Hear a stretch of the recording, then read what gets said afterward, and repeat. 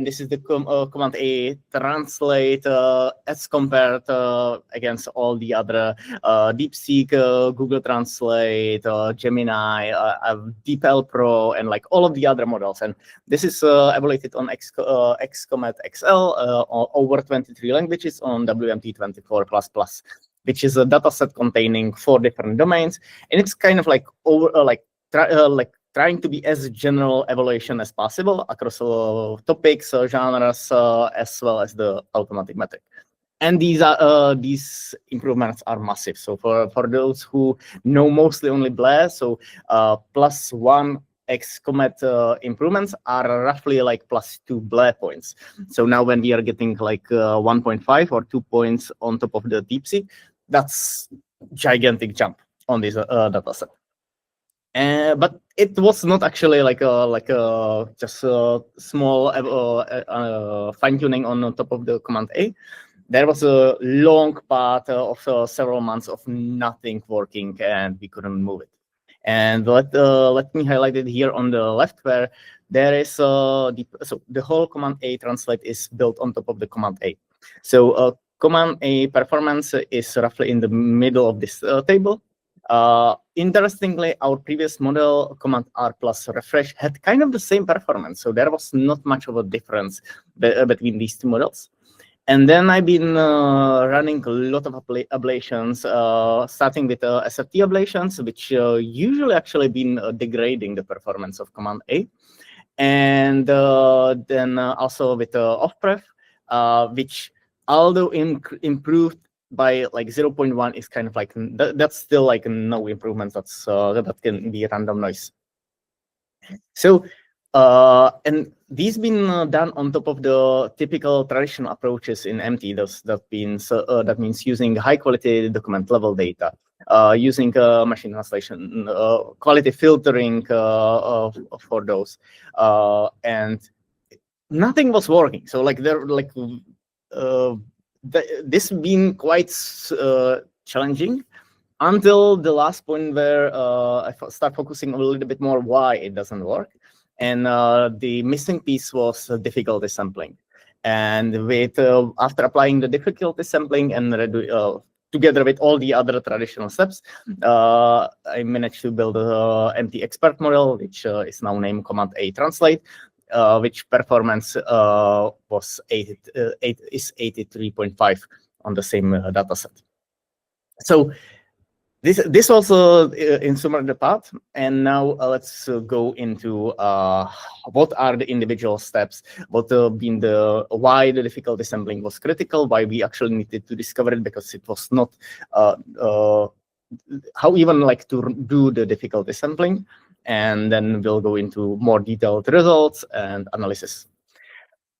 So, and by the way, naming it Cat was something that I'm really happy that it happened. It was not planned. So Command A Translate is, has a nice abbreviation. So let's start with the main key points. So the whole there could be other ways how to approach improving the MT capabilities. I focus on the filtering, on preparation of training data, rather than like rework modeling and other approaches. Most of the steps, or like all of the critical steps, could be summarized into heavy filtering.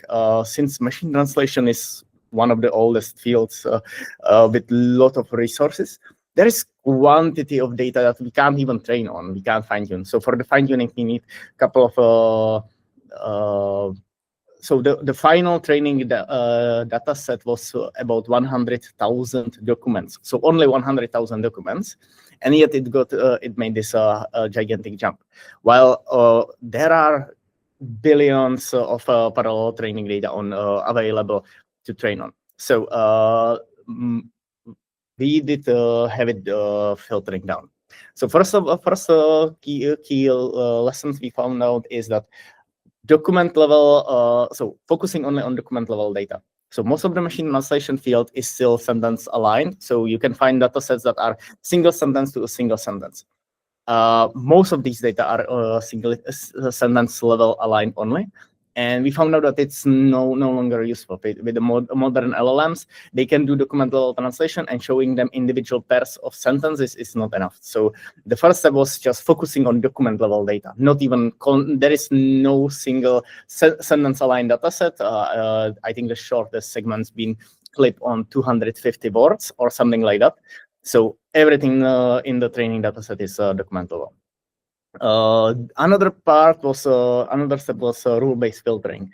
So a lot of the data contain boilerplates. It contains quantity of data, misaligned punctuations, etc. So together with the rule-based filtering as well as language identification, which we heavily filtered everything that was mismatching language. So even though that there is some noise from language identification, the amount of data is that large that we can actually take the chance and filter out everything.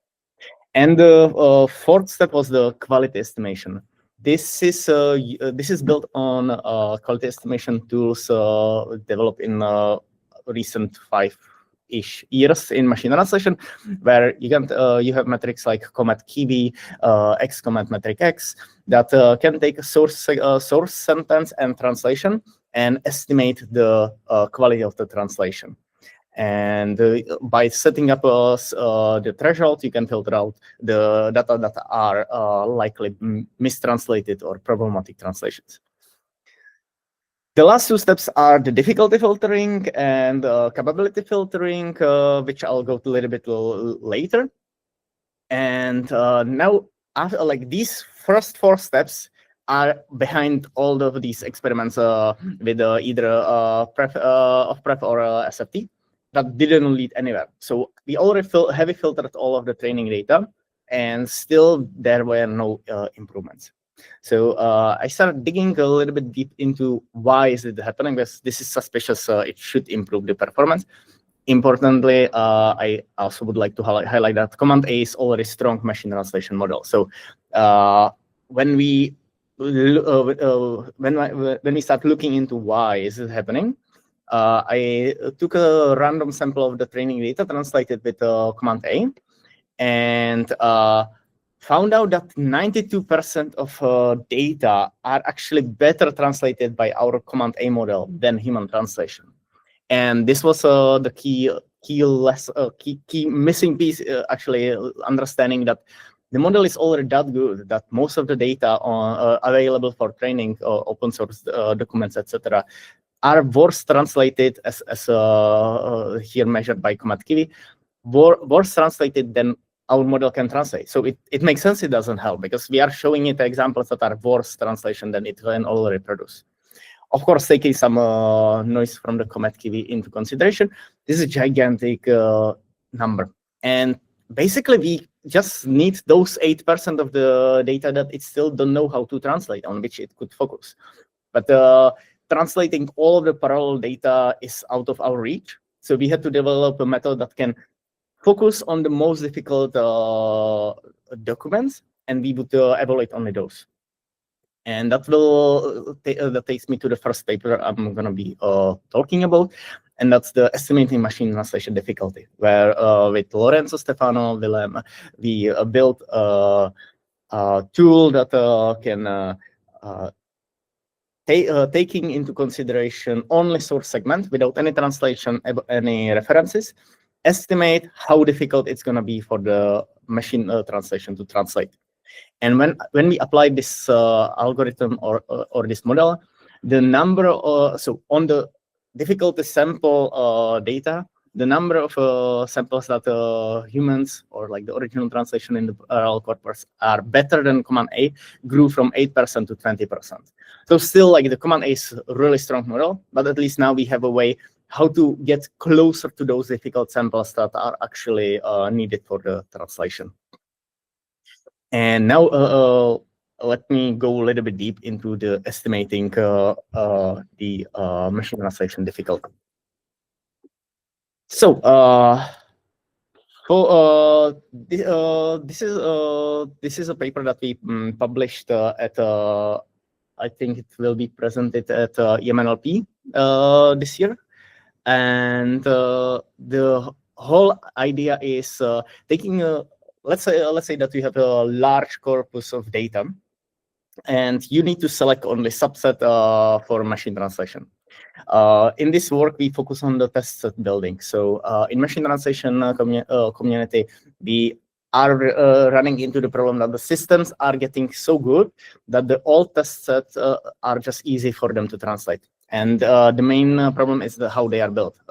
Usually the test sets are done by, let's take a random sample of data, translate them with, let's say take random sample of data, and then prepare human references for all of them, and that's the test set. However, if you take a random news article, if you take a random Wikipedia article, that's pretty easy in English or like language. So most of the systems already can translate pretty well on the on this level, and it's not challenging for them. So we had to develop a method that will help us to select the more difficult samples even before we know the translations.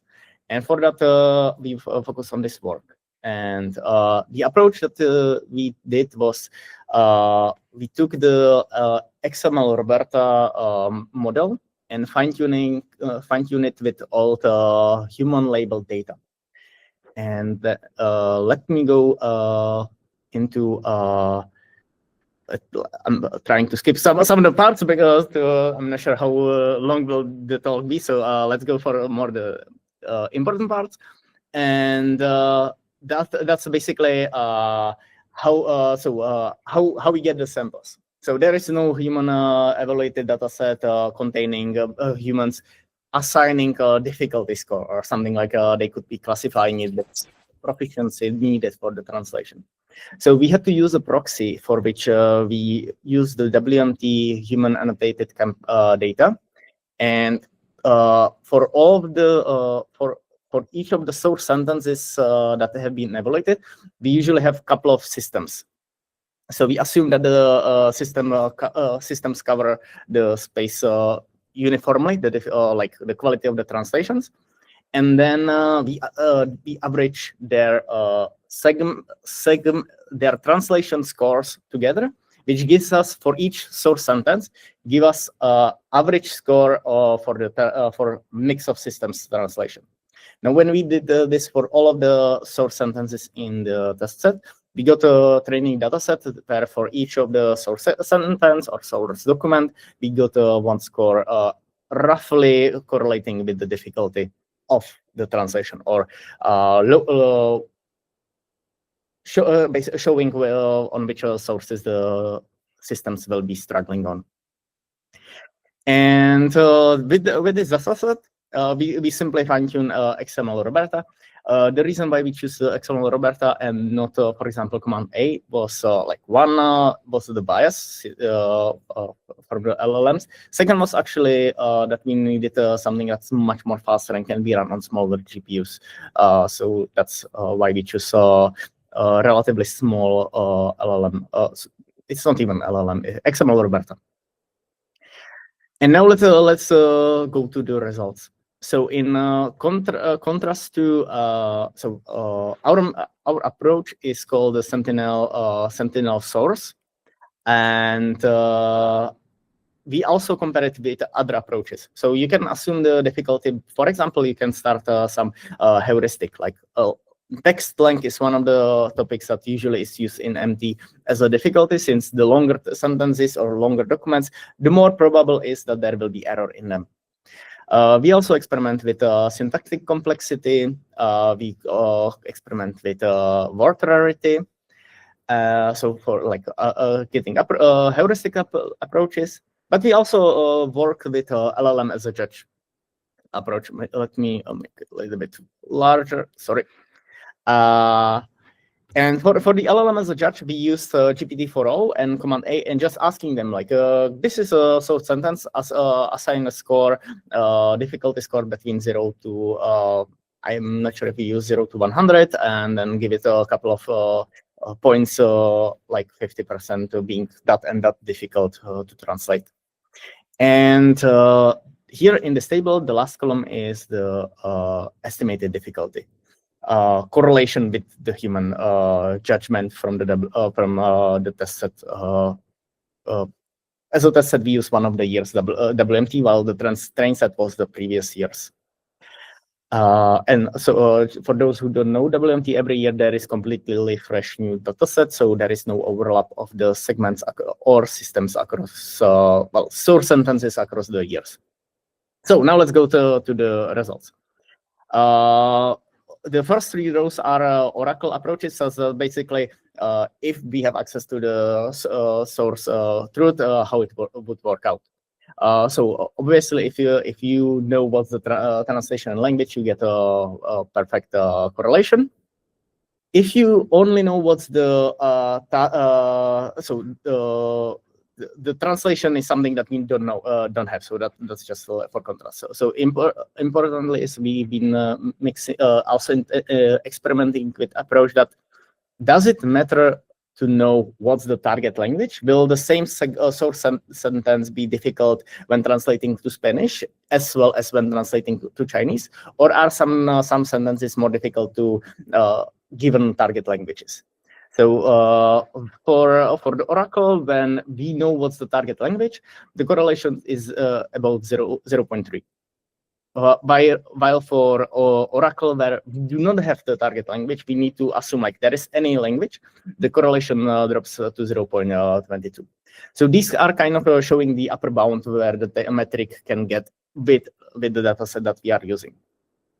And here, our approach is getting the highest correlation, 0.182, in contrast to Oracle. Interestingly, heuristics like word rarity or syntactic complexity did not help much. Text length, as this is already known in MT, is pretty good estimator of the difficulty, so longer sentences are more difficult generally to translate, yet we still manage to get better performance with the train approach. And now on the other side, let's look at the LLM as a judge. In this approach, so LLM as a judge is something that's been used in NLP for the last few years heavily. But there is some limited amount of meta-analysis that's been done on LLM as a judge. Most of the papers just take some judge and just use it as like, this is a goal, this is performing perfectly. However, this is not the picture that we are seeing in machine translation, and I would assume that in generally in NLP it's not as clean as using LLM as a judge to solve everything. So for this task, using LLM as a judge, neither Command A or GPT-4o was helping much. So it's kind of like the comparable like syntactic complexity. If you take just the longer sentences, you get better correlation with humans than when asking LLM as a judge to judge the performance. And even to the point when we did showing LLM what's the target language helped. So there is some improvements, but not even getting close to the Sentinel that we did. You may notice that I've been hiding the crowd-based approach. That's contrastive result that is incomparable to basically what we are doing, mainly because it assumes the existence of the reference, which we don't have, or in this artificial approach, we kind of pre-generate it. And even if when we pre-generate it, we are getting a slightly higher result with the Sentinel approach. So this was the difficulty sampling. This technique was already used this year at WMT. We managed to build a much more difficult test set for this year, and in parallel, I use it for the Command A translate. So when applying this approach, let me continue. When applying this approach to our pile of training data, it manages to remove the most easy some segments that are for translation, which basically focuses our effort more towards the samples that are needed for the training and for improving the data. And now with the I'm missing the I'm missing the capability filtering and language balancing step. This was one last step that we added at the end. The capability filtering is basically checking with Command A that Command A makes the translation worse than is the human translation. So we use the quality estimation techniques and just compare these two translations. So for the final of pref data, we're using the pairs where the human translation has a higher quality than the Command A translation. So basically, sub-selecting only on the training data sets that will actually push the system in the right direction. Interestingly, we did some experiments that been comparing. Can we also mix it, like showing sometimes actually Command A being the better translation and humans being the worst translation? This didn't have much of an effect except of like making the training much longer. So at the end, we just drop it, and the training data set is only based on examples where Command A is worse than human translation. And the last point was the language balancing. This is traditionally languages in MT are variously balanced across the dataset. Like Chinese, Spanish, French will contain way more data than we have for, like, let's say Czech, Indonesian, or other languages. So what we did is try to balance and having roughly the same distribution of the languages. And for the languages that Command A is already close to the state of the art, we used less of the training samples. So basically just trying to prepare the training data set to balance the quantity and to direct it more towards the languages that are needed for the performance. So now let's go to the results. So that will bring me to the technical report. And let me switch the screen to that. So the paper is not yet published. It will be published at WMT or an EMNLP this year in like 3 weeks. And this kind of summarizes what I've been currently talking. So I am using this paper mainly to go into individual evaluations to show different highlights or angles. So for this for the paper, we did 4, technically 5 evaluations. It was XCOMAT WMT24++, metric X on the most recent WMT dataset. We focus also on the long context and the injection rate.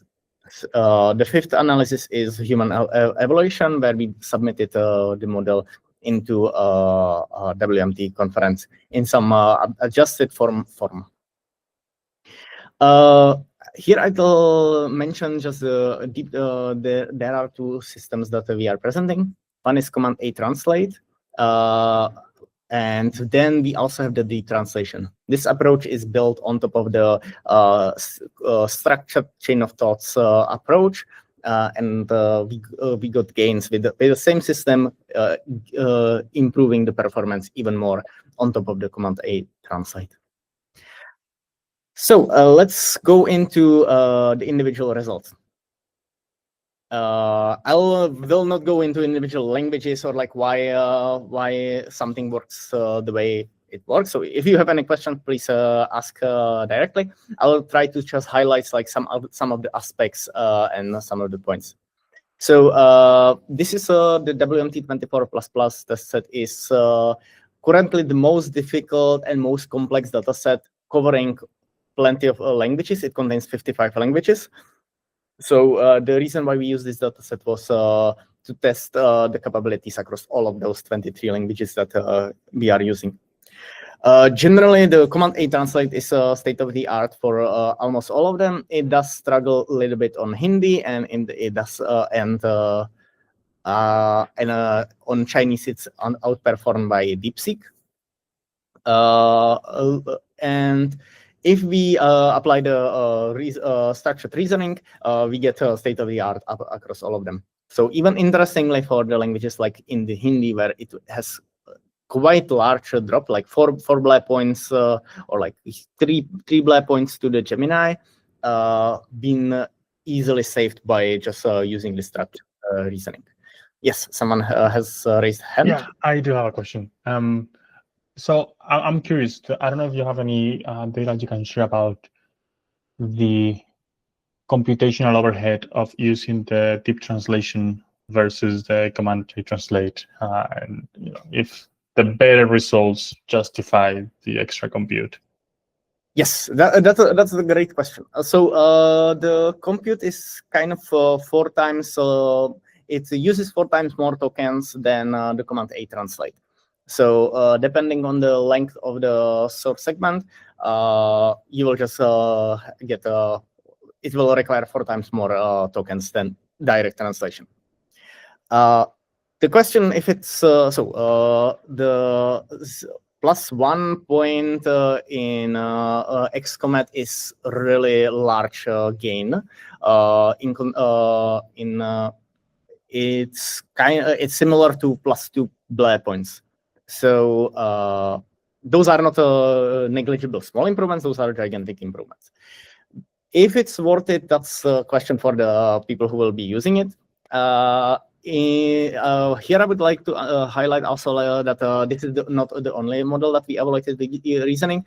Others are Gemini, GPT-5, or Cloud Sonnet, and all of them have a worse performance even when using reasoning. And some of these models will have way longer reasoning than 4 times more tokens than that deep translation is using. So yeah, I'll go a little bit. I go a little bit more into the reasoning, but if you have any, a little bit later. But if you have any questions, let me know, or if I answered. No, that was perfect. Yeah, I guess that for Hindi, for instance, that it's like almost 4 points, 3.5. It does make a lot of sense to use more compute, and maybe for German, it's not as interesting. Yep. Okay. Yeah, perfect. Thank you. I think generally, yes, as you mentioned, like for German, it kind of doesn't make much sense. In this table, we are missing the command A, because command A was already pretty solid in German. So for some languages, we are already reaching the top of the capabilities that are actually needed for the given language pair, and then like going faster is like enough, and the 0.2 is not worth it. Well, for the lower resource languages, especially like you can see like Hindi, Russian, Chinese, where you get a much larger jump, that's worth it. So there will be pros and cons definitely when it's needed and when not. We're currently also like looking into a little bit more about when to reason, because for some of the samples, they are that easy that just like if we would be able to teach the model not to reason about some of the samples and just like translate them directly, that could save tokens and the quality would still be high. So there is even this open topic of like when to reason for machine translation. So let's go to the other analysis. So this is kind of like the general across all of the languages. Now for the other analysis, we wanted to focus on different aspects. So for WMT24-25 test set, we focused on 2 points. One is we wanted to evaluate on the test set that was prepared and published after finishing training of our data model. So even accidental leak could not happen into the training pipeline. Similarly, we wanted to use different metric. So the previous was XCOMAT. Here we are using metric X. Metric X is using error spans. So the more negative number contains more errors. So still higher is better, but it's negative because 0 would mean no error in the translation at all. Here we are mixing 2 of the systems. So the systems with the star are evaluated in the same setup in controlled environment. So under the controlled environment, our deep translation is getting is getting I would say like the similar performance to Gemini and GPT and DeepSeek evaluation. While when we also include the submissions from the WMT, that's where we get the other additional systems. The problem with the systems that are not collected under the same setup is basically we don't know how they generated the translation. And for example, what we already know about the Shy model, they did heavy inference that would not be even possible in the except in the laboratory where you have 2 weeks to translate 2,000 sentences.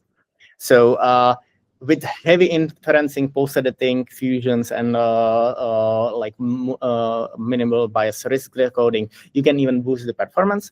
However, if we focus only on the translation, either with using the reasoning or by itself, that's where we should evaluate only the systems that are marked with the star. Interestingly, one thing is that's not known is DeepL. So up until recently, DeepL was one of the top systems in the world for machine translation. However, with the rise of LLMs, they did not catch up, and nowadays DeepL and Google Translate are not the strongest systems for translation. So if you're, for example, translating Perl data, you may want to consider even DeepSeek, for example, or use Command A translate or Command A for the best translation for a given languages, rather than Google Translate or even the DeepL approach. So this is another evolution that's using different domains, different data set, and different metric. It is also paired with the human evaluation done at WMT. This one is a little bit more complicated how to explain, so I'll just go a little bit briefly. So the protocol is used is error span annotations, and for rather than the absolute course, it's more important to look into the clustering and like the error ranks, since oftentimes humans can't differentiate between two systems. From the high-level human evaluation, one thing that is clearly seen is, for example, for the English to Arabic, where our model and most of the models submitted for WMT struggled a lot. And this is mainly because machine translation dataset rarely differentiate between dialects. And in Arabic, everything is kind of merged under the standardized standard Arabic, modern standard Arabic dataset. And at that point, it just like learns that anytime it's mentioned Arabic, let's do the standard version. And when humans are asked to evaluate it, they just they do struggle with the language because the dialects are quite distinct. Another point I would like to highlight is that these are kind of evaluation of the best, because there is 18 other lower performing systems that have been dropped from the human evaluation, and even more systems being submitted. So, for example, for the English to German, there was 40 systems. Generally, there is about 40 systems for each of the evaluations. However, we are showing only a top 17, I think, or something like that. So that's for the human evaluation. This is showing that like the performance, how humans would perceive it, and yeah. Now let's look at some other, and I'll go a little bit faster through these. The other point is long context. So with with current modern LLMs that have dozens of or hundreds of thousands of tokens in the context window, why can't we just use everything and translate the full book as a one prompt? Because in MT nowadays, most of the stuff are still broken into individual paragraphs, maybe documents which are like 4 or 5 paragraphs long. So for this evaluation, we used a literary domain part, which contains a book with the 2 chapters of one book with about 9,000 words, and translated everything at once, and then evaluated automatically. Here, the interesting picture is that Gemini is pretty solid in translating long context documents, and so for some systems like Claude, we did not manage to actually make the system to translate everything at once. So it was struggling, it was cutting the end, or not being able to keep the paragraph alignment. Here, one interesting result I'd like to highlight is basically comparison to the paragraph level. Since the whole evaluation in the automatic evaluation is still done on paragraph level with Xcomet XL. So after translating the full 2 chapters, we again break it into individual paragraphs and evaluate each paragraph in isolation. And this is the limitation of the evaluation metric. So right now, there is no reliable automatic metric that can do long document evaluation. So if we would, instead of translating everything at once, we would also translate everything paragraph level. So we use the command A translate and just translate paragraph level. We got again outperform the Gemini. And this is basically, this gap is where we are seeing the progress for the next push is how can we close this gap? How can we teach the model to translate long context with the same quality as it is translating individual when translating individual paragraphs? And so that's for the long context. And the last evaluation that I'm going to be presenting is the prompt injection. So with LLMs, what we are starting to run into, we are starting to run into a new problem, and that's the LLM injection. Adversarial prompt injection. It doesn't have to be adversarial. Oftentimes, we can just ask for translation of a question. But if we are asking to translate a question, sometimes the LLM will decide to just answer the question instead of translating it. So let's say that translate following text into Czech, and the text is what's heavier, something and then something. It will just try to answer or do analysis. And this is something we just can't. So this is a huge problem in machine translations, as machine translation is often used in automatic setup. So we need to rely that the translation, even if the quality is lower, the translation will be actual translation and not answer to the prompt, or in the worst case, being used as a prompt injection by some adversarial attacker breaking the system down. So for this, we used the test set developed the last year and tested how frequently the systems actually fail with the translation. And there is some small noise, so anything below, let's say, 2 points is kind of flawless. So luckily, all of the systems, all of the main systems do not struggle with this. But here, one interesting caveat is, for example, the DeepSeek, where on average, in 30% of cases, DeepSeek did not translate the output, but rather answer the question. And this is a huge problem for when applying the machine translation out of the box and not knowing about this inherent problem of the system. Okay, so going back to the system, since we are having only about 10-13 minutes, I'll just briefly mention the reasoning for machine translation. And here, one thing that we notice with some of the systems is that if you turn off the reasoning, it either doesn't change the performance or it even improve the performance. So a nice example is Qwen32B, which without reasoning has almost 5 points 5 points Xcomet score higher results than when we leave it to reason. And this is often the case that the model is not specifically trained to do reasoning. It is just ask like, it tries to create the reasoning. So it will repeat what the user said, break it into small segments, and not even properly translate them. So that's why sometimes it actually turning off the reasoning helps, or for like our command A reasoning or Claude for Opus, it does not affect the performance much. So it's like with or without is kind of the same. Here the difference is, for example, with DeepSeek R1, where the model with the reasoning actually helps. And same what we saw in our deep translation is that when we are applying the structured reasoning and we ask the model to actually go through step-by-step approach, we get the gains in the performance. And so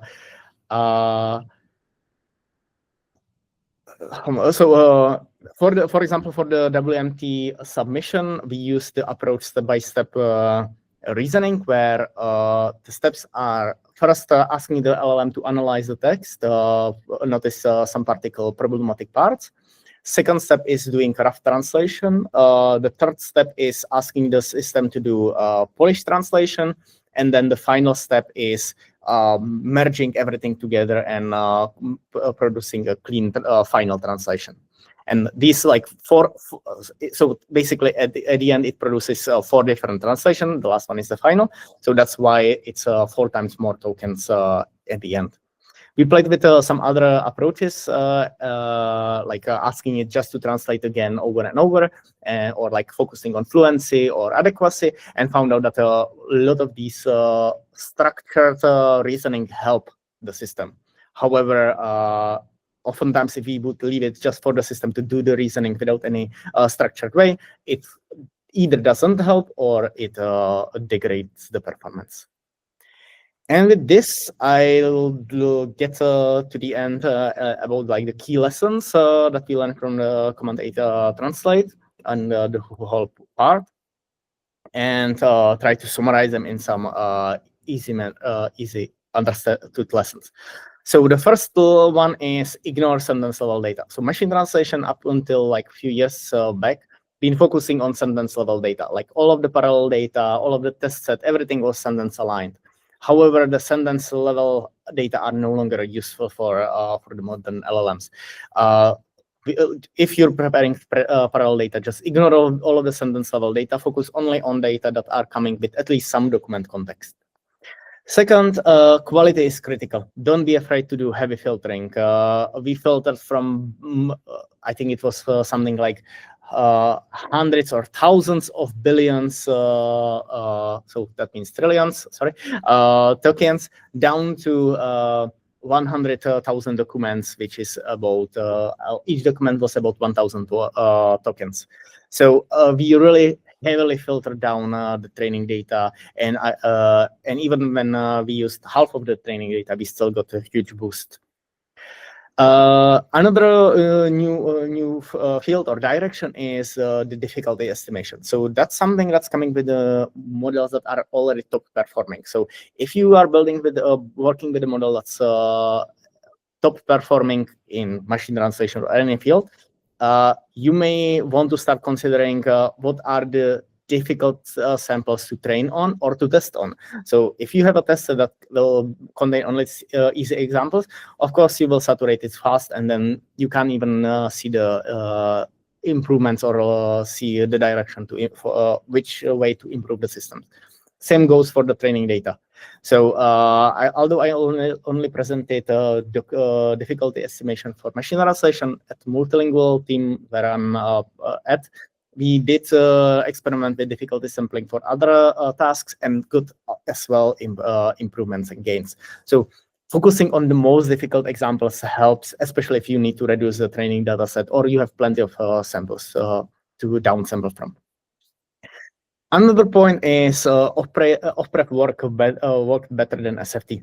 This is mainly because I've been working with Command 8 Translate that's already instruction following fine-tuned final model. So improving this model with SFT turned out to not to be working. However, off-prep was the key how to improve. Here, other approaches like reward models could be used as well. And etc. So yep. And the last point is for machine translation, and I would say that it's gonna be for working for other tasks as well, is structured reasoning is better than leaving it up to model to decide how to reason. And this is yeah, so these are the key lessons. And thanks a lot for attention. And please, if you have any questions, we can go. I can answer anything more, or yeah. Yeah, perfect. Thank you so much for the presentation. It was very interesting, very detailed. So yeah, thank you again. Yeah, if anyone has questions, please raise your hand or post on the chat. I do have a couple questions for you. One of the questions I have is, when it comes to evaluations and we use using other LLMs or Command A translate, many times LLMs are very, like, results can vary a lot depending on the prompt we are using. How, like, did we take that into account, and how did we experiment with prompts, both for evaluations but also to get the best performance of the model in a regular usage? Yeah, that's an excellent question.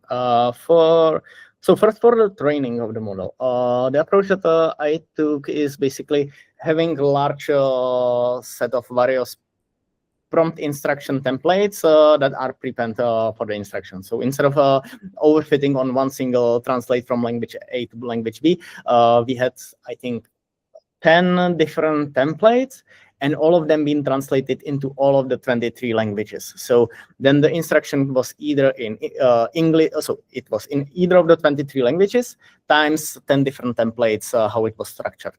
So for the training, we basically try to be as generic and not to teach the model one single phrase for the evaluation. Sorry, for the translation. For the evaluation, the approach that that's a big question and big topic, how to do it properly. In this year's WMT 25, we run into this problem with Euro LLM and Tower LLM, which been overfitted on like one particle phrase. But generally, for the evaluation in this paper, the controlled setup is that our model was not trained on the exact prompting that was used in the evaluation. For the WMT25, that was even a new prompt that was the test set already came with the prompt, and there are, I think, 4 different prompts in the test set. So the evaluation is kind of in the direction that it's blind instruction, and we just hope that none of the systems overfitted on this instruction. Unfortunately, that's not something that we can verify across all of the systems. And there can be some systems that overfitted on the instruction from WMT24++. And yeah, it would be nice to evaluate and see the effect of different instruction prompts. Generally, when we've been doing some like analysis or comparison of different instruction, on machine translation, it does not have that gigantic effect. So there will be some fluctuations, but they. So let's go, for example, here. So or do I have some? Let's go to this one. So for individual languages, the fluctuations will be less than 0.5 with different prompts.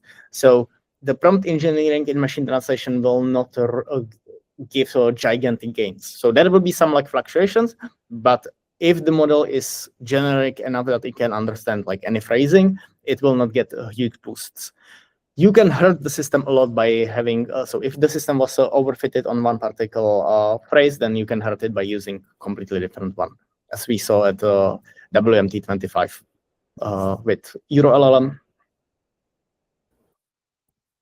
Okay, yeah. I have another question. I mean, yeah, we still have 3 minutes, so good. It seems like Command A was also by default already a very strong translation model. So I know we did a lot of work on top and it's really good, but how much you think having a strong base model that is good at translation makes a difference versus all the post-training efforts that we did to make the model better? Like, can we get similar results using a similar approach with this heavy filtering and all the different steps if we started with a weaker model? Yeah, that's yeah, nice. So I did in parallel work with 7B model, and interestingly, basically everything worked for 7B. So if you have a weak model, you don't need these difficulty sampling. You can just like prepare the training data, filter them, and use training, and you will get boosts. So the different picture was when I've been comparing experiments for 7B, where almost everything that I tried improved the performance, while almost nothing worked for Command A translate. And I would say that this is going to be kind of the topic across all of the other models. So like if you're working with something with a model that's not already like close to the top of the performance, there is much more techniques that you can try and boost the performance. However, if you're working with something that's already on top of a really solid model, getting it to the state of the art is the last mile is the most difficult. So maybe I think we have it in this paper, right? Yeah. So here we did evaluated a bunch of the other systems, and here you can see the Command A is roughly in the middle of the table, while we don't have Command 7B in this table, but yeah, we have IXpanse 32. So if I would be using the approaches for the IXpanse, kind of like most of them would work, and we would definitely be able to boost the performance and get it into the mid region. But boosting the lower performing model up to the state of the art would probably take even more effort than it took me to get from Command A to Command A translate. So yeah, I'm not sure if that exactly answers the question, but that's kind of like the no, it does. Yeah. Okay, yeah. So I think we are at time. Again, thank you so much. We will share the recording of this at some point soon. I need to sync with Britannia, figure out how to do that properly. But yeah, super insightful. So thank you so much for joining us, and for all the people that attended. Yeah, I hope you enjoyed, and feel free to ask for other topics you want to see covered in next sessions, and I can find the right people to talk about that. Perfect. Thank you. All right. Thanks for inviting. Have a nice day. Bye.